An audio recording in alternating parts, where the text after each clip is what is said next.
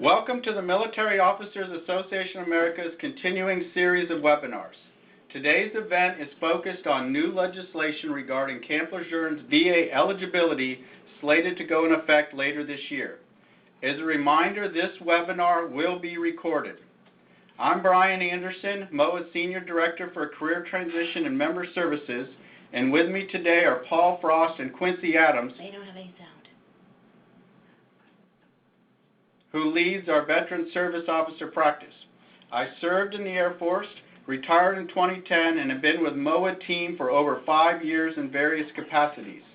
Paul left active duty in 2012 following a full Navy career to include a squadron command tour, and Quincy graduated from the Coast Guard Academy and transitioned to veteran service work after her active duty commitment was complete. We're indeed fortunate to have both of them on the team and diligently working on your behalf here at MOA. As you know, our primary mission at MOA is legislative advocacy before Congress and the executive branch. We do this on behalf of the entire military community. We represent all members and the military community, and even though we're an officers organization, we take our responsibility to protect the interests of the military community very seriously. With that short introduction, let me hand it over to Paul Frost. Good afternoon, everyone. Before I begin, you may have noticed in the lower left-hand corner of our slides the Pentagon Federal Credit Union logo and wondered why is it there. In 2013, PenFed agreed to partner with MOA to support our Veteran and Survivor Services program. PenFed's financial support of this program contributes to our ability to provide the type of educational services you are receiving today, and we believe it is important to recognize that support. Here's our agenda for today's webinar. We'll spend approximately 10 to 15 minutes discussing these issues and take the rest of our scheduled time to answer your questions. We'll open up to any topic on the VA compensation and appeal process. As we have done with our previous VSO webinars, a YouTube video will be posted to our website next week. If you care to review our slides or the program again, or wish to recommend viewing to a family member, friend, or colleague who weren't able to tune in today, we have a link to those webinars near the end of the program. On September 9th of last year, the VA published their long-awaited proposed rules for providing disability compensation for diseases and/or disabilities associated with exposure to contaminants present in the base water supply at Marine Corps Base Camp Lejeune, North Carolina. You can review the explanation of this program and the 2012 Camp Lejeune healthcare law at the first link on the VA's website, and the actual published proposed rules at the second link below. The VA accepted comments on these proposed rules until October 11, 2016, and we now await the VA's announcement of when they intend to implement this program. We expect this to happen sometime in 2017, sooner rather than later, of course. Some of you may be unfamiliar with how the VA handles the issue of presumption. Camp Lejeune water contamination exposure will be the VA's 5th presumptive program. The other VA presumptive programs are former prisoners of war, Vietnam veterans exposed to Agent Orange, atomic veterans exposed to ionizing radiation, and Gulf War veterans with undiagnosed illnesses. I've added a link to the VA fact sheet on their presumptive programs. Presumptive service connection is important when a disease or disability manifests itself after the veteran has separated or retired from service, as is the case for most of these programs. These conditions do not manifest themselves until decades after service. When a non-presumptive condition develops after service, the veteran must establish a nexus to service for the VA to service connect that condition. That often requires a strong medical opinion from your doctor, lack of family history for the condition, and/or scientific research that forces the VA to conclude that it is as least as likely as not that the veteran's service caused the condition. Most often, the VA's own medical opinion will not reach the same conclusion. A presumptive disability is automatically service-connected upon diagnosis and submission of a claim. As many afflicted with a condition under these presumptive programs know, it took many years of research, panels, and discussion for the VA to finally enact them. For those who cannot see the slide and are just listening in, I'll read the VA's definition of presumption for service connection. VA presumes service disabilities diagnosed in certain veterans were caused by their military service. VA does this because of the unique circumstances of their military service. If one of these conditions is diagnosed in a veteran in one of these groups, VA presumes that circumstances of his or her service caused the condition and disability compensation can be awarded. Here are the requirements for the 8 presumptive diseases that we'll detail on the next slide. The veteran or service member, for those few who may still be serving 29 years after the program end date, must have been at Camp Lejeune in an active or reserve capacity for 30 continuous days between August 1st, 1953 and December 31st, 1987. The VA proposed rules includes the following language that may be of interest to former Reserve or National Guard members listening in. To establish a presumption that these individuals were disabled during the relevant period of service, thus establishing active military service for benefit purposes. Under this proposed presumption, affected former reservists and National Guard members would have veteran status for the purpose of entitlement to some VA benefits. I'll now turn the presentation over to my colleague, Quincy Adams. Thank you, Paul. I want to point out to everyone that the list of presumptive diseases for this regulation does not match the conditions that veterans and their family members can receive health care for under the Camp Lejeune Act. Presumption only applies to a specific diagnosed chronic disease like Parkinson's, not a health effect that is not a specific diagnosed disease like infertility. To develop this list, the VA created a working group of subject matter experts in areas ranging from disability compensation, healthcare, and environmental medicine to federal rulemaking and veteran benefits law. The work group reviewed reports from several expert organizations, including the Agency for Toxic Substances and Disease Registry and the World Health Organization's International Agency for Research on Cancer. The working group selected the diseases that at least one of the expert groups found a positive association between the disease and the list of chemicals found at Camp Lejeune.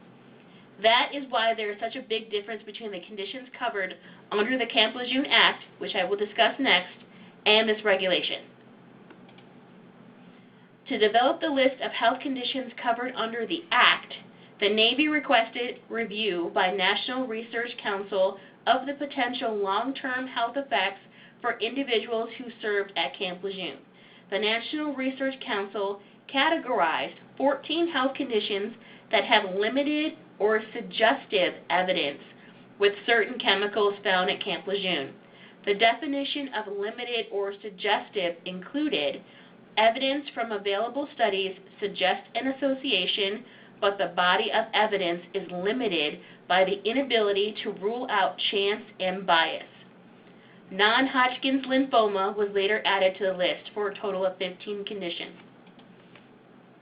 To apply for this benefit, you must submit evidence including documentation of dependent relationship to the veteran that served at Camp Lejeune, such as marriage license or birth certificate, documentation that you lived at Camp Lejeune for at least 30 days during the covered period, and your paid health care expenses.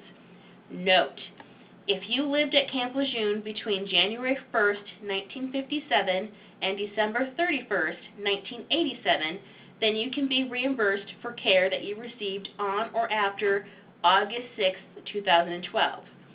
If you lived at Camp Lejeune between August 1st, 1953 and December 31st, 1956, you can only be reimbursed for care that you received on or after December 16, 2014.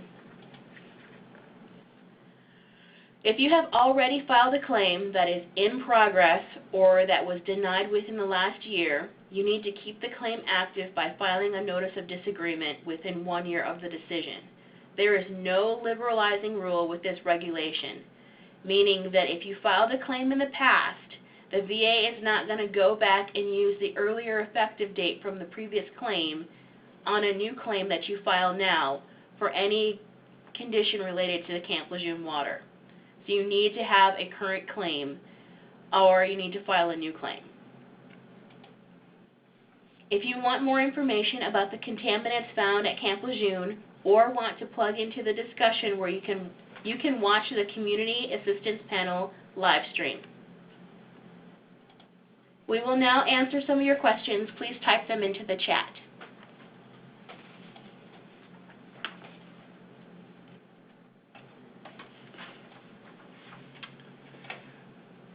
Okay, first question is from Richard. I'm 100% disabled for chronic lymphatic leukemia due to Agent Orange exposure. Any benefit to file additional claim for bladder cancer due to Camp Lejeune water? The bladder cancer has not reoccurred for a few years, but I go for annual checks to my bladder. You can't get higher than 100%. However, having an additional significant disability, if they removed your bladder or if you have significant secondaries or residuals from the bladder cancer, you might be entitled to additional compensation via special monthly compensation. But off the top of my head, I can't tell you if that would definitely happen. It would be the rater's decision on the impact of the bladder cancer on your overall status. But that would be the advantage is access to special monthly compensation or homebound. A lot of times when you have too high rated disabilities and you don't get around too easily, you get additional compensation for homebound. I have a question from Roger. Will a claim filed under this program cause a review of all previously established VA disabilities? Yes, because the VA needs to determine how the new disability impacts the other ones. It might make something worse, it might make something better. It's not likely to cause a reduction in your disability rating, but they will evaluate your total disabilities and your total situation when they grant you a new rating, when you file a new claim.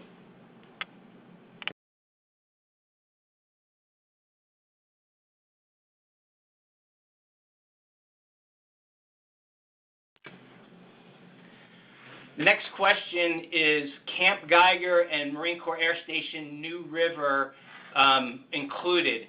It doesn't list it in the proposed rules as being listed, but I think they do because of their proximity. I do believe they fall into it, but we'll put something out on that in the future. I'll check on that and get back to that one individual, and we'll put it out in an update.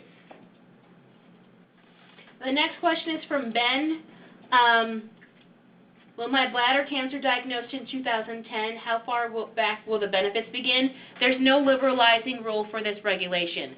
So if you file a claim now, they will evaluate the residuals of your cancer if it's not active anymore, but they're not going to go back and retroactively give you an effective date.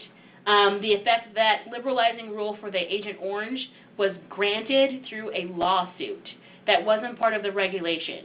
So someone would have to form a large class action lawsuit in order to get that rule applied to this regulation. Okay, the next question says, I retired from the U.S. Air Force Nurse Corps in 2012. I was a USMC dependent spouse and lived at TT2 Camp Lejeune from 84 to 85 along with our 2 daughters. Who do I contact since I was not active duty during that time? Because you are not an active duty service member, they cannot provide you with compensation. If any issues for yourself or your daughter would be under the health care portion that we detailed in the brief. Meaning if you had any unpaid medical or uncovered medical expenses associated with any treatments, you could file a claim for those. So that would go under the health care piece.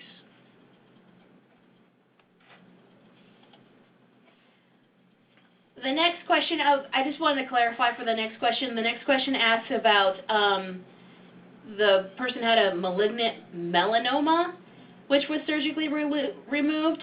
This regulation applies to multiple myeloma. It's a different kind of cancer. It's not a melanoma, it's a myeloma. Is there any overlap between this program and the Agent Orange program? I'm not 100% sure what you mean by overlap. If you were exposed in Vietnam or through the Air Force in the other pieces to Agent Orange, and you've already have an Agent Orange claim, they can't dual rate you under both programs. So if you were denied for service connection based on Agent Orange and wanted to file because you were exposed to these different toxic agents at Camp Lejeune, you could file another claim. But again, if you were denied because it wasn't a presumptive condition under Agent Orange, it would be the same. It has to be a presumptive condition unless you have that additional evidence and medical opinion that would provide the nexus for the VA to service connect. Hope I answered that satisfactorily. The next question, I am 90% disabled and recently discovered a mass in my right kidney. Okay, in order to qualify for service connection under this regulation, you need to have a specific diagnosed disease. You can't have just a condition. You need to go to the doctor and get that diagnosed and find out what that is in order for it to be potentially considered presumptive.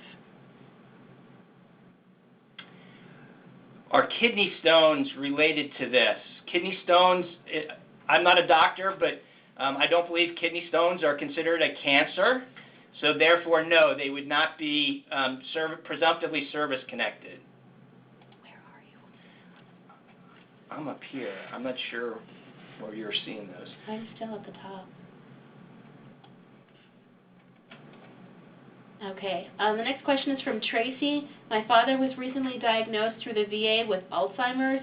Is he eligible to file a claim or receive assistance from the VA? You'd have to check when he served. Generally, I would say yes, but you need to get all of his medical records and his service records together and talk to a VSO and have someone walk you through that. But I would say assume that you are going to file a claim and start getting your paperwork together. From Brian, what can be expected out of the VA in regards to increased percentages without actually having developed any of the aforementioned afflictions? You would not be eligible for any increased percentages, and all of these disabilities, the 8 presumptive Camp Lejeune water contaminant disabilities, are going to be rated on the same diagnostic code as if you acquired these in service. So there's no different rating schedule. The rating schedule is the same.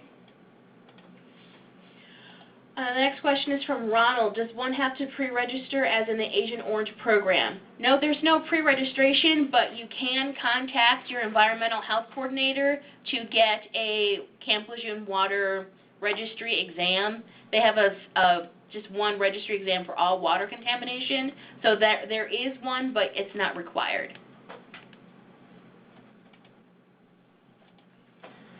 Okay, from Charles, I was diagnosed with a malignant melanoma, which, oh, you answered that already. Okay. From Angela, I'm 90% disabled and recently discovered a mass in my right kidney. If that mass is determined to be cancerous, then that would be kidney cancer, and that would be covered under the presumptive condition. The next question is from Angie. Have they specified neurobehavioral effects? I have lasting cognitive psychological issues related to an acoustic neuroma, benign brain tumor. From the healthcare law, what they classified as neurobehavioral effects, they are now saying that Parkinson's meets that criteria under the presumptive laws, but they haven't listed any other specific conditions relating to neural effects. So you might want to go back to your doctor and see if maybe what you have can be classified as Parkinson's, but Parkinson's is the only one that's on the list for presumptive. Why, from Thomas, why would thyroid carcinoma not be included? Because of, as Quincy mentioned, all of these panels and studies that were done, it wasn't one that came to the top. They're continually, just like Agent Orange, they're continually being evaluated, but for the first edition, if you want to call it an edition of this program, it was not included. The next question is from Elizabeth. There seems to be a contradiction re the presumptive eligibility of breast cancer, infertility, miscarriage, which is correct.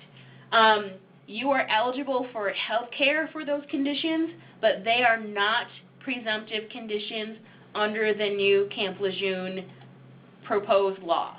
So they will not be, you will not be given presumptive service connection for those conditions. The VA has determined that those are health effects and that they are not specific diagnosed chronic conditions, or chronic diseases, I should say. Only chronic diseases made the presumptive list, not health effects. Okay, from Brandon, will the VA claim form 526EZ have a new section or checkbox related to the proposed presumptive rule? At this point, I don't know that the VA is going to put out a new edition of the 526EZ, so that could be a yes or it could be a no. I would tell you, though, that what you should normally do is when you're filling out your statement in support of your claim, your VA Form 214138, you would want to state there that you're filing this, whichever conditions, under the presumptive for Camp Lejeune water contamination exposure. Brandon, they did make a change to the healthcare application form, the 1010EZ, so there is a checkbox on there to indicate that you served at Camp Lejeune for 30 days or more. So if you're looking for care for a condition, then there is a change to the 1010EZ form to apply for health care, but probably not on the 526EZ to file a claim for disability. Okay, from Deborah, my husband passed away from esophageal stomach cancer.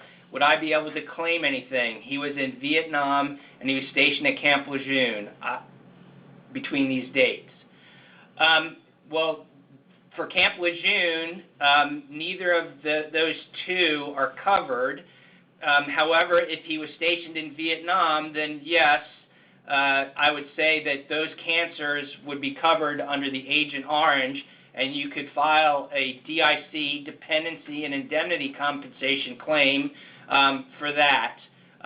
We recommend that you use a veteran service organization, and if you email in to vso@moa.org or msc@moa.org, we'll point you on how to find a VSO.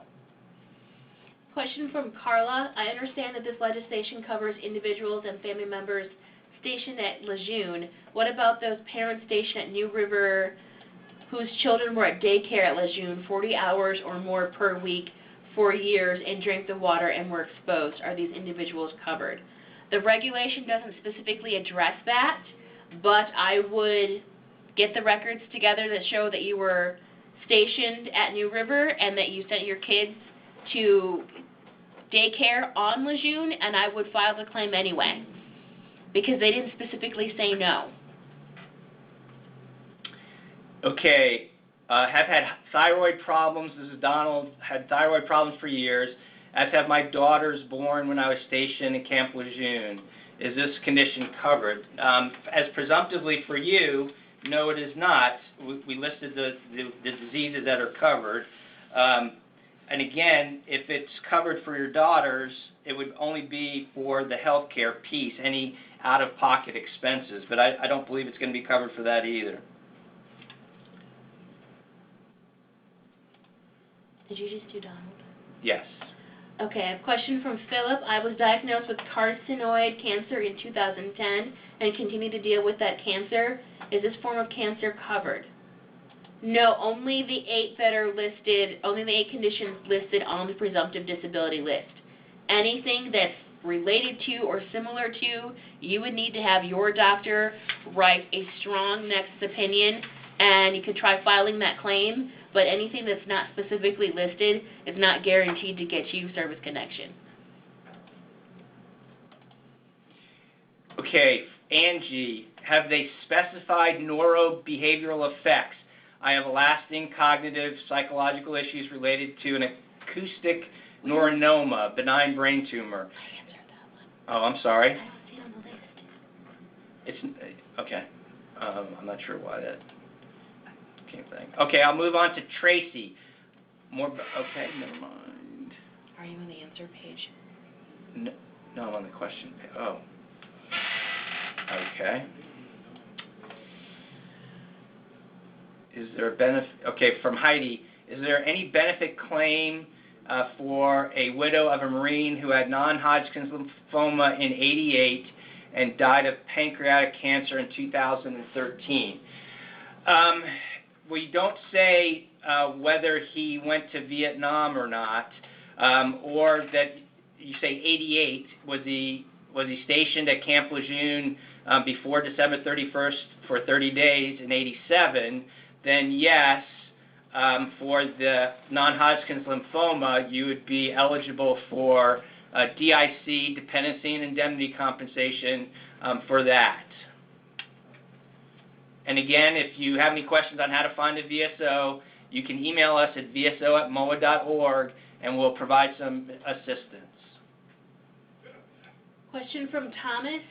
What if we have a valid earlier effective date for an ongoing claim? Now we have the new presumptive legislation. Should we ignore the new law in order to keep the earlier date and ongoing case claim? If you have a pending claim, you need to keep it going. This proposed rule is just proposed. The final rule has not come out yet, and they have not set an effective date for this rule. So if your claim is still pending, when the new law goes into effect, the VA will apply the better law for your claim, but you need to keep your claim going. So if your claim is pending at the regional office and you're not happy with the results, then you need to file a notice of disagreement to keep the claim active within 1 year of the decision. But you definitely want to keep your claim going, but there's no liberalizing rule. If your current claim gets closed out and you let a year go by without filing a notice of disagreement, they're not going to automatically retroactively give you that effective date. You got to keep this current claim going. Okay, Edward, currently disabled for Agent Orange prostate cancer. Now have been diagnosed and treated for bladder cancer. Stationed at Camp Lejeune, North Carolina, 64 and 65. When is the best time to file for bladder cancer? Will I be eligible for both prostate cancer for Agent Orange and bladder cancer for CNLC? Yes, you can start filing right away. You can wait until the presumptive comes out, but if you want an earlier effective date, you can file a intent to file right now. That's a VA form 210966. Start your intent to file, and then you can put the claim in within a year, and it'll go back to January of 2017. Now, the rating may not increase if you're currently getting 100% for prostate cancer because you're still being treated for it. Again, as I mentioned earlier, you may not get additional compensation with the exception of if you qualify for special monthly compensation. If your prostate cancer, you're only receiving a smaller rating because your treatment is over and they just rated you on your residuals, then while you are going through the bladder cancer treatment, you will be rated at 100% again, just as you should have been during the prostate cancer treatment. So yes, I'd start the intent to file to preserve January of 2017, and then file the claim as soon as you get the claim together. Question from Shannon. My mother-in-law lived at Camp Lejeune in 65 through 67. She has kidney cancer. Am I correct in believing her expenses will be covered from August 6, 2012 to today retroactively?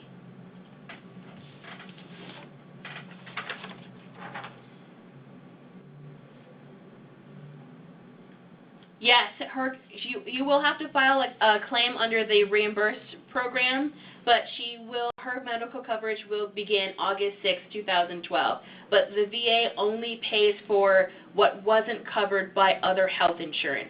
So you need to make sure that you include all of the payments and information of what was paid for already when you file the health care claim. Yes. Okay, Dolores. Similar scenario to the U.S. Air Force dependent spouse. I was a USMC dependent during this time frame. Is there anything I need to file now to be eligible for the health care portion coverage? Should I develop any of these illnesses later?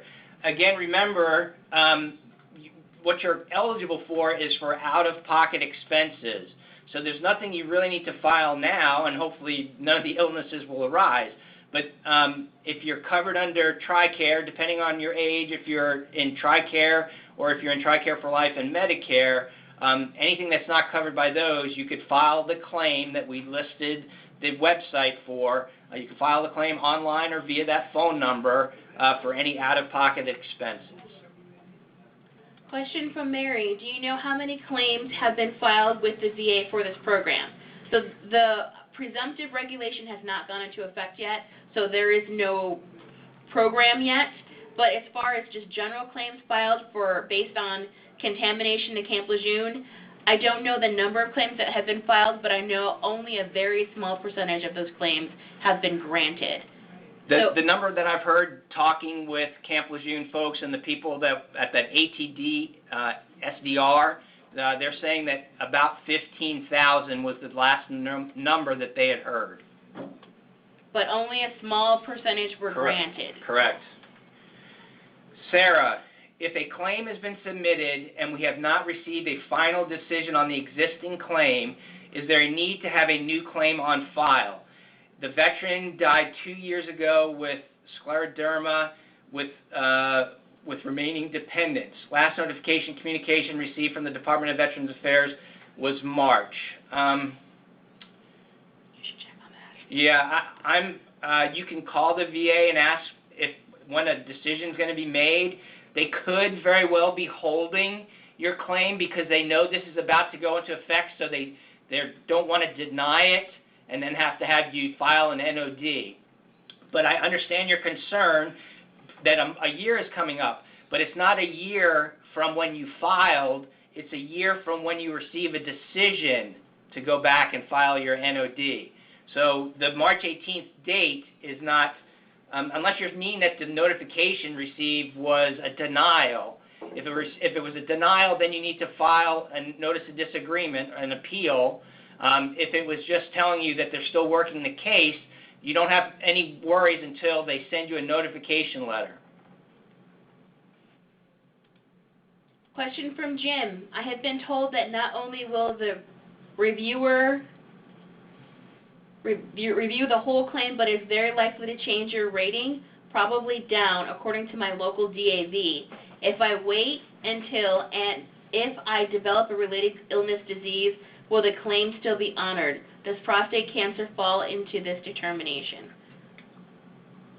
I'm not sure what the specifics of your situation were. If your VA or BSO from DAV told you that it's possible that your claim will be reduced, then maybe you want to get a second opinion, but it's possible in certain circumstances that you don't want to file a claim, not unless there is a major disability that will be granted. So if you've got a 90% disability rating and everything's been recently evaluated and you want to file a claim for plantar fasciitis, it's a bad idea.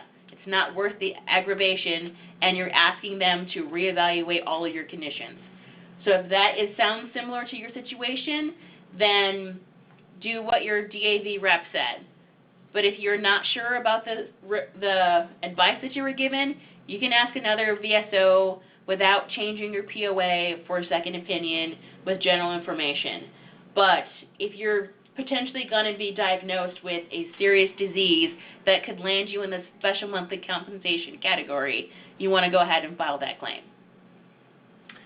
Okay, from Mark. Can you please cover more information for dependents who lived aboard Camp Lejeune during the time period. What documentation is needed?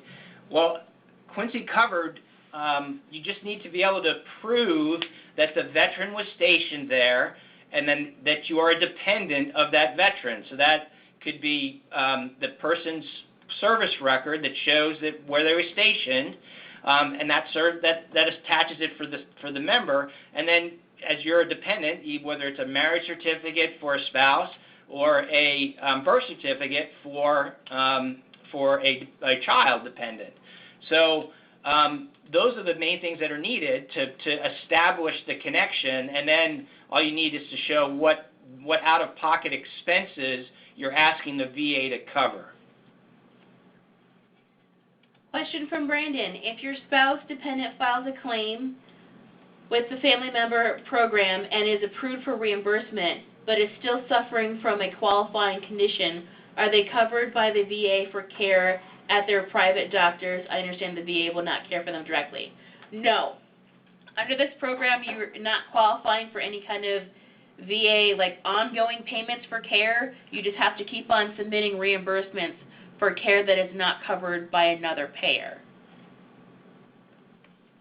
Okay, Alfred, you stated you must be stationed at Camp Lejeune for 30 continuous days. For a reservist, is a total of 30 days that could be non-continuous. Do reservists qualify if 30 days non-continuous?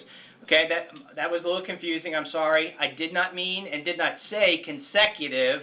If I said continuous, it didn't have to be. It could be 30 total days. I think that's a better way to characterize it. You need to have served for 30 total days, and they do not have to be consecutive or continuous.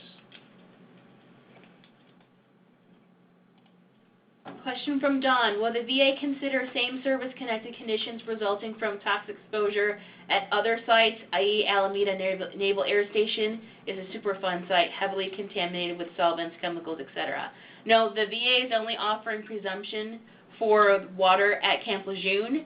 If you have a diagnosis of a similar disease and it was caused by the same chemicals that were found, then the VA would evaluate that on a case-by-case basis, but you need to have a really strong nexus letter. They're not offering service connection for all contaminated water, unfortunately. Okay, Michael, any work being done to expand the presumptive diseases such as vasculitis? As we mentioned earlier, they're always looking, and there's always studies being done on whether any additional diseases should be added. It's very tough to get one added. That ATSDR site is a good place to go. There are others out there, but we chose the one that's having a town hall meeting. I would stream into that on the 21st of January and see what kind of information they're putting out. Yeah, and also they have to, there's at least 4 organizations listed in the regulation. One of those organizations has to say that there is a positive association between the chemical and that disease. It can't be limited or suggestive. It has to be positive, and it has to be to a specific diagnosed chronic disease. Tell Ben, I'll send it. Okay, Brian asked a follow-up. Will they be calculated at 0 like other issues? Yes. You'd have to look at each of those specific diagnostic codes for each of those 8. And if they have 0 rating, potentially, if the VA rates it at 0, it could be 0. However, normally, most cancers, and the majority of them are cancers, you get a 100% rating while you are in treatment. And so once the treatment ends, then they determine what the residual effects of the cancer were, and that's when you usually get a lower rating. But you'd have to look at each of the specific diagnostic codes.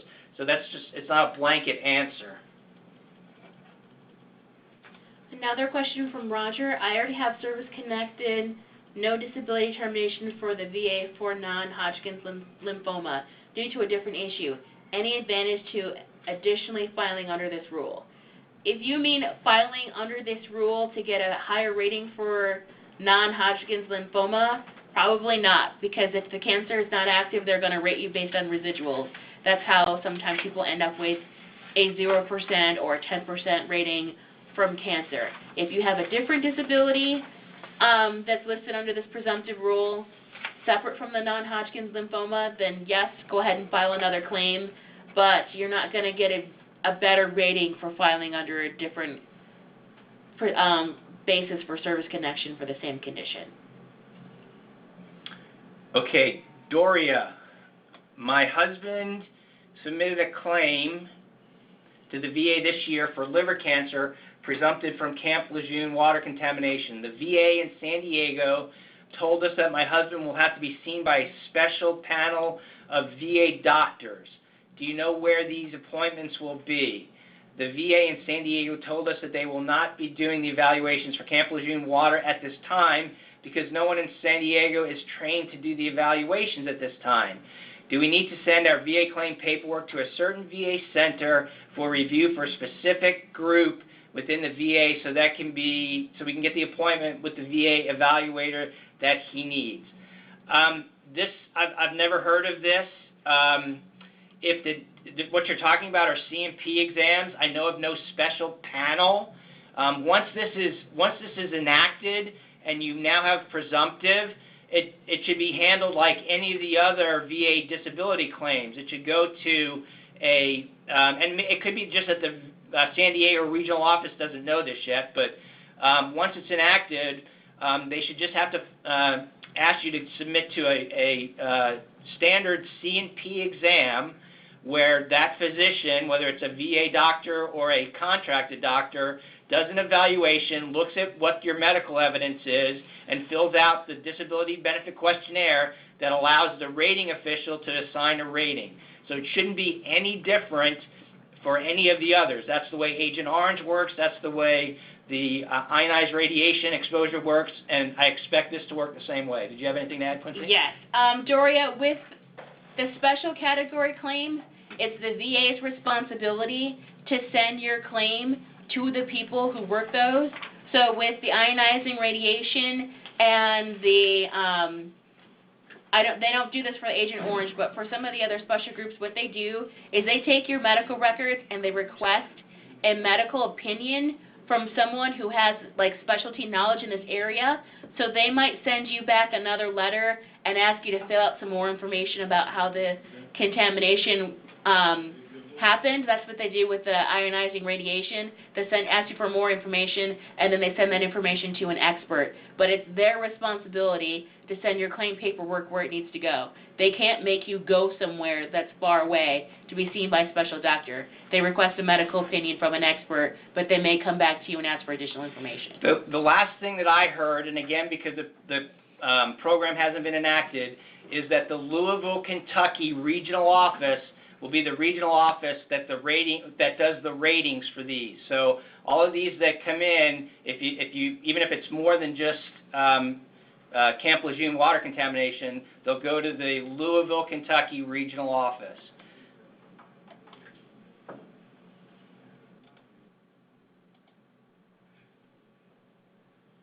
A question from Elizabeth. So what is your answer, presumptive eligibility or stated eligibility as noted on the next page? If you have one of the 15 conditions listed for the Health Care Act, you are eligible for reimbursement as a family member for unpaid medical treatment. If you are a veteran, you can apply for VA health care for those conditions. If you are a veteran and you have one of the presumptive conditions, then you can file a claim for disability compensation.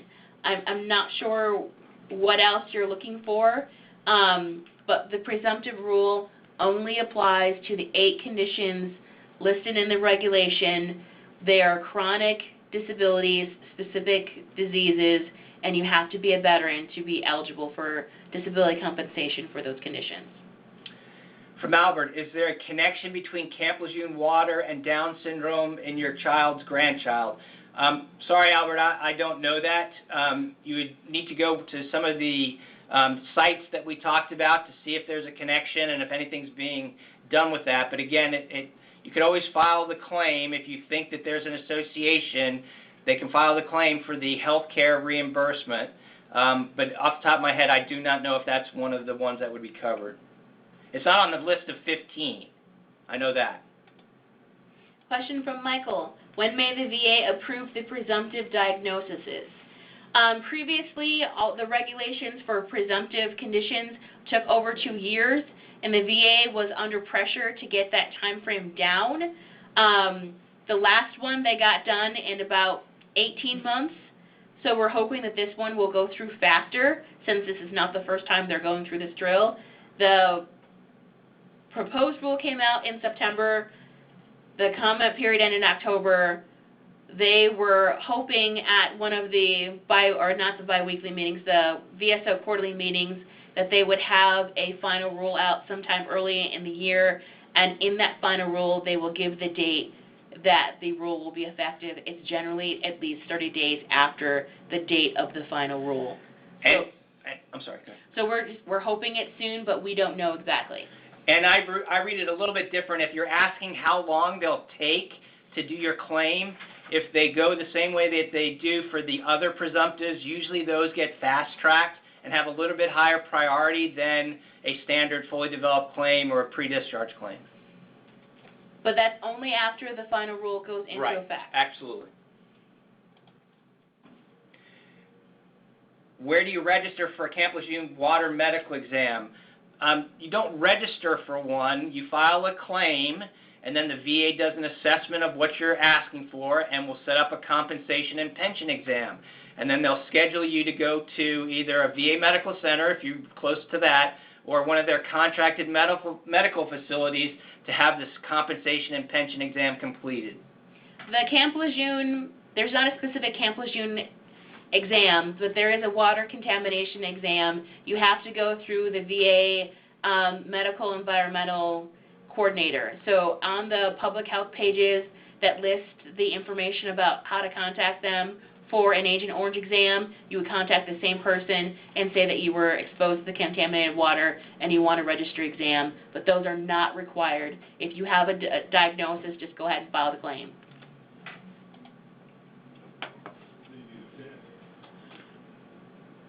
Question from Charles. Will surgical removal of a cancerous kidney be considered presumptive by the VA, and if so, will removal of a kidney qualify for VA compensation? If your kidney was removed, then the VA would, and you file a claim, the VA would rate you on the residuals after the removal of the kidney. It depends on how long ago the surgery happened. If it was recently and you filed a claim, then you might be able to get a temporary 100 for the surgery and the convalescence time. I would need more information in order to give you a better answer. You should definitely ask a VSO about that and get your records together. Will children of applicants be eligible if spouse of veteran died of cancers? Children. Or DIC? I'm not understanding the question. Will children of applicants be eligible if spouse? If the children were exposed and they develop diseases, again, the uncovered medical expenses will be covered. The VA cannot compensate children with disability compensation. So I don't know how else to answer your question, Jerome. Question from Mark. How are civilians working at Camp Lejeune affected by the VA regs? I worked at Camp Lejeune from 1985-1987 as a civilian. I have Parkinson's disease. What should be my next step? As a civilian, you would be eligible to get your unreimbursed medical expenses covered by the VA. So you would have to get together proof that you worked there. Were you actually living on post or were you living nearby? You would want to get that information together. They're going to ask. And then get all of your medical records together and your expense information. So everything that you were already paid for or that was already covered would not be eligible, but anything that was uncovered by, or that was not covered by another payer would be eligible for reimbursement from the VA. Okay, I'm going to cover two here because Dot asked the 30-day requirement consecutive. I already answered that from a previous person. It doesn't have to be consecutive days for reservists. So Charles, how does Camp Lejeune water contamination view birth defects, specifically muscular dystrophy? And I sort of answered that previously as well. You really should go to one of the websites that talk, the ATSDR, and see what they're saying. But again, if you think that your child or grandchild, whatever it is, should be covered for any out-of-pocket expenses, medical expenses, you can file a claim based on that website. Question from Joseph. Would a person working full-time at the SATO office for Piedmont American Airlines for 2 to 3 years in the early 80s be eligible for benefits? The person was not in the military. Okay, this is the same question as before. You need to get your proof that you were on post, get your medical records together, and get the pay information together. And if you have unreimbursed medical expenses, you can file for reimbursement through the VA. But the VA only pays after all other payers. Are all forms of adult leukemia covered under this regulation? That's all that they've listed. So if you are diagnosed with adult leukemia, and if it's got some subset of it, you file a claim, and I would think yes. But until the final rules are published, all we know is adult leukemia is how they've classified it. Can I say this is the last one? Okay. The last question is going to be from Richard. What is the effective date of the presumptive rule? This rule has not gone into effect yet. We don't have the effective date. The final rule has not been published. The VA was hoping that the final rule will be published sometime at the beginning of the year. So when we find out when the final rule comes out, we will let everyone know. We will make sure that it is somewhere published by MOA, because that's going to be a big deal. But we don't know that yet. Thanks, Paul and Quincy, for that helpful review and insights on a very complex situation and process. Beyond our advocacy work, our career transition team provides an integrated package of transition support services to MOA members and to the extended military community, such as this webinar today. These services include career management consulting, financial and benefits education, and Veteran Service Officer information advice. Here are just a few of our upcoming events, and you can find out more details on these and other programs at www.moa.org. Thank you for joining us today, and we look forward to continuing to serve you in the future.